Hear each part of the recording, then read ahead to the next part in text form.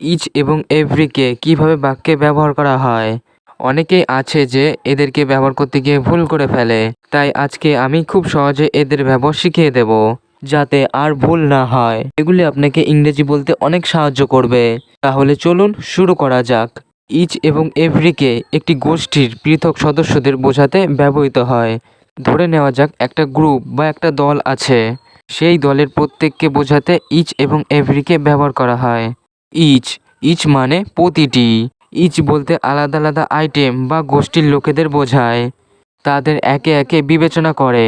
বাক্যের দলের প্রতিটি ব্যক্তি, বাক্যের বস্তুকে আলাদা আলাদা আইটেম বোঝাতে ইচকে ব্যবহার করা হয়। Sentence structure: each plus singular noun. বাক্যে ইচ ব্যবহার করলে তারপর সিঙ্গুলার নাউনকে ব্যবহার করা হয়। আবার ইচ অফ থাকলে তারপর প্লুরাল নাউনকে ব্যবহার করা হয়। সেন্টেন্স স্ট্রাকচার হয় এই রকম: each plus plural noun. Example: প্রতিটি ছাত্রের একটি অনন্য আইডি আছে। Each student has a unique ID. Each student has a unique ID.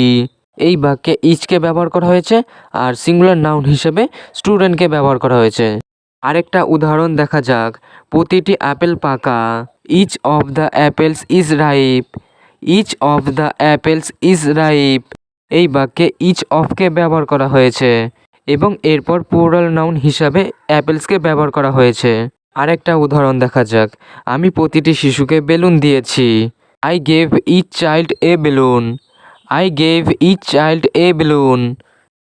Every every মানে প্রত্যেক। এভরি একটি গোষ্ঠীর সমস্ত বস্তু বা ব্যক্তিদের সামগ্রিকভাবে বোঝায়। এটি ব্যবহার করা হয় যখন আপনি একটি গ্রুপে সকল সদস্যকে সম্মিলিতভাবে বিবেচনা করতে চান। Sentence structure: every plus singular noun. For example: ক্লাসে প্রত্যেক ছাত্র পরীক্ষায় পাশ করেছে। Every student in the class passed the exam. Every student in the class passed the exam. সে প্রতিদিন জিমে যায়। He goes to the gym every day. He goes to the gym every day. Parking লটে প্রত্যেকটি গাড়ি পরীক্ষা করা হয়েছে। Every car in the parking lot was checked. Every car in the parking lot was checked. Different between each and every. Each এবং এভরির মধ্যে পার্থক্য কী? ইচ বস্তু বা ব্যক্তি আলাদা আলাদাভাবে প্রকাশ করে। এভরি সামগ্রিকভাবে গ্রুপের উপর প্রকাশ করে। উদাহরণ দেখা যাক: ছাত্রদের প্রত্যেকে একটি বই পেয়েছিল।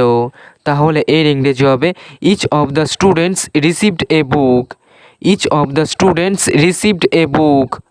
এখানে ইচের পরে অফ এবং প্লুরাল নাউনকে বসানো হয়েছে। তাহলে সেন্টেন্স স্ট্রাকচার হবে এই রকম: each plus of plus plural noun. প্রত্যেক ছাত্র একটি বই পেয়েছিল। Every student received a book. Every student received a book. এখানে এভরি পরে সাবজেক্ট কিন্তু প্লুরাল হলো না, সিঙ্গুলার সাবজেক্টকেই বসানো হলো।